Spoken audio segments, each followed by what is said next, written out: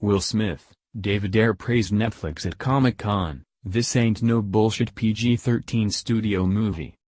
Director David Ayer declared that Hall H is now Netflix's house. The first full-length fantasy trailer for Bright had a big Hall H debut on Thursday. Will Smith and director David Ayer were on hand to introduce the footage. It was Netflix's first film presentation at San Diego Comic-Con, and it also included footage from its upcoming manga adaptation Death Note. "What's up, Hall H? This is Netflix's house," Ayer said as he greeted the crowd, adding of the trailer, "Check this shit out."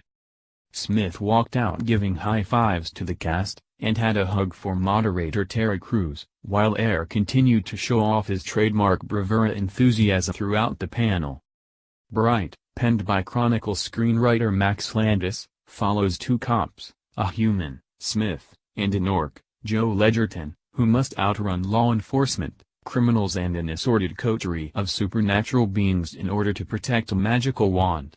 It's a world where orcs and other supernatural creatures are real, and don't always get along. "It was really great to be an African-American police officer who found someone to be racist against," Smith joked. The actor said the film's social issues-inspired story is a beautiful snapshot of our world, without hammering it too much.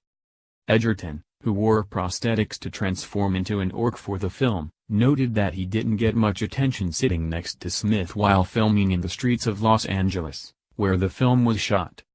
"Nobody cared that a monster was driving a car in LA, he said. "Everyone was like, Will. Hey, Will." Landing the ambitious Smith starer was a coup for Netflix, and Ayer said he expects top film talent will continue to flock to the streaming service. "This ain't no bullshit PG-13 studio movie.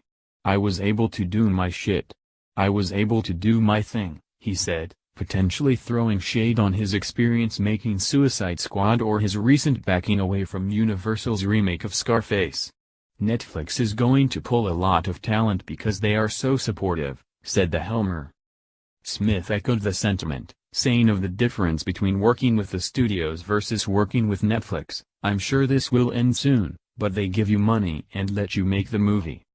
After the panel, Ayer was asked at a press conference what the movie would have looked like if it had been at a studio. "It is hard to quantify. It's hard to speak for what could have been, but I can say this is a movie," answered the director, coyly. "We weren't chasing a rebate. We weren't trying to make Atlanta into Los Angeles." Producer Brian Unkellis interjected, "Rating for sure would have been different."